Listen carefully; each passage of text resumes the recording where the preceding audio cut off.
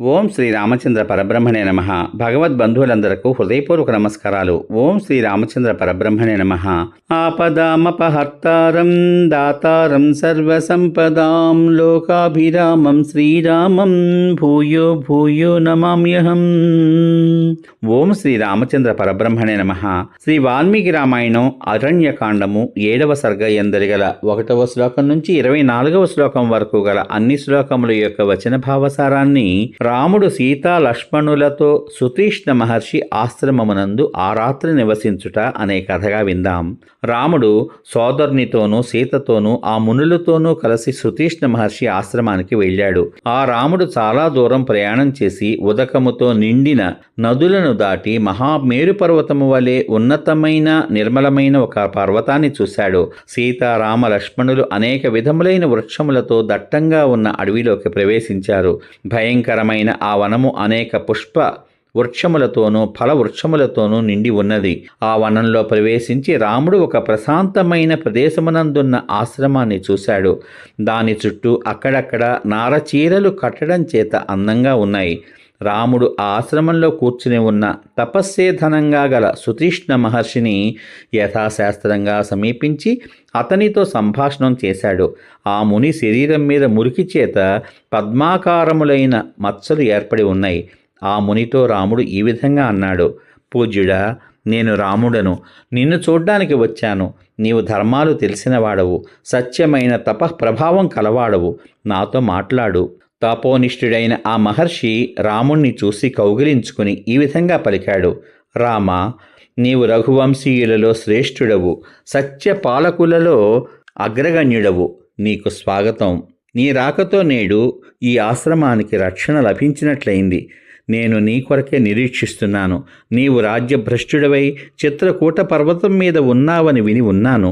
అందుచేతనే భూలోకంలో ఈ శరీరమును విడిచి స్వర్గానికి వెళ్ళలేదు. దేవతా ప్రభువైన దేవేంద్రుడు ఇక్కడికి వచ్చాడు.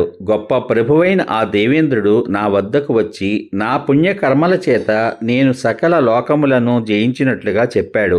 దేవతలకు ఋషులకు నివాసములైన ఆ లోకాలన్నీ నేను సాధించి ఉన్నాను. వాటిని సంతోషపూర్వకంగా నీకు ఇస్తున్నాను. నేను తపస్సు చేత జయించిన ఆ లోకములలో నీవు సీతా లక్ష్మణ సహితుడవై విహరించు.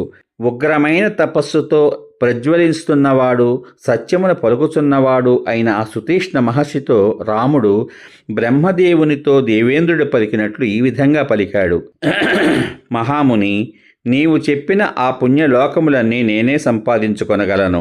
ప్రస్తుతం నాకు ఈ అరణ్యంలో నివాసయోగ్యమైన ప్రదేశం ఏదైనా చూపిస్తే చాలు. నీవు సర్వకార్యములందు నేర్పు కలవాడవని, సకల ప్రాణుల హితాన్ని కోరేవాడివని గౌతమ వంశజుడైన మహాత్ముడు శరభంగముని చెప్పాడు. సుతీష్ణ మహర్షి రాముని మాటలు విని చాలా సంతోషిస్తూ మధురంగా పలికాడు: రామ, ఈ ఆశ్రమంలో ఋషులు సంచరిస్తూ ఉంటారు.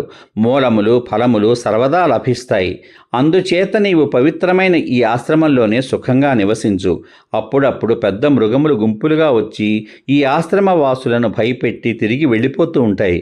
కానీ అవి ఎవరినీ చంపవు. ఈ ఆశ్రమంలో మృగముల నుండి తప్ప మరి వేటి నుండి అపాయం లేదు అని పలికాడు.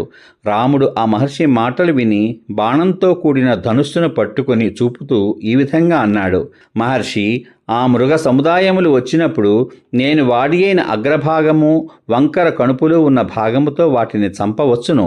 నేను ఆ విధంగా చంపే మృగములపై నీకు దయ ఉండవచ్చును. అట్టి వాణిని చంపుట వలన నీకు బాధ కలుగును. నీకు బాధ కలిగించడం కంటే అధికమైన కష్టము నాకు ఏముంటుంది? అందుచేత ఈ ఆశ్రమంలో చిరకాలము ఉండుట మంచిది కాదు అని తలుస్తున్నాను ఇకాడు. రాముడు ఆ మహర్షితో ఈ విధంగా పలికి అనంతరము సంధ్యోపాసన చేశాడు. సాయంకాల సంధ్యోపాసన అనంతరము రాముడు సీతాలక్ష్మణులతో కలిసి రమ్యమైన ఆ సుతీష్ణ మహాముని ఆశ్రమంలో ఆ రాత్రి నివసించాడు. మహాత్ముడైన ఆ సుతీష్ణ మహర్షి సంధ్యాకాలము గడిచి రాత్రి వచ్చినది అని తెలుసుకుని పురుష శ్రేష్ఠులైన ఆ రామలక్ష్మణులను సత్కరించి మునులకు తగిన ఆహారాన్ని స్వయంగా వారికి ఇచ్చాడు. సమాప్తం. ఇంతవరకు మీరు శ్రీ వాల్మీకి రామాయణం అరణ్యకాండము 7వ సర్గ యందలి గల 1 నుండి 24వ శ్లోకముల వరకు గల అన్ని శ్లోకముల యొక్క వచన భావసారాన్ని రాముడు సీతా లక్ష్మణులతో సుతీష్ణ మహర్షి ఆశ్రమమునందు ఆ రాత్రి నివసించుట అనే కథగా విన్నారు. రేపటి భాగంలో శ్రీ వాల్మీకి రామాయణం అరణ్యకాండము 8వ సర్గయందలి గల 1వ శ్లోకం నుంచి 20వ శ్లోకం వరకు గల అన్ని శ్లోకముల యొక్క వచన భావసారాన్ని రాముడు సుతీష్ణ మహర్షి అనుమతి గైకుని ఆ ఆశ్రమము నుండి బయలుదేరి వెళ్ళుట అనే కథగా వింటారు. ఓం శ్రీ రామచంద్ర పరబ్రహ్మణే నమః. శ్రీరామ రామ రామేతి రమే రామే మనోరమే సహస్రనామ తత్తుల్యం రామనామ వరాననే.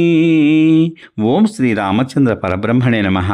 సర్వే జనా సుఖినో భవంతు. శుభమస్తు. స్వస్తి.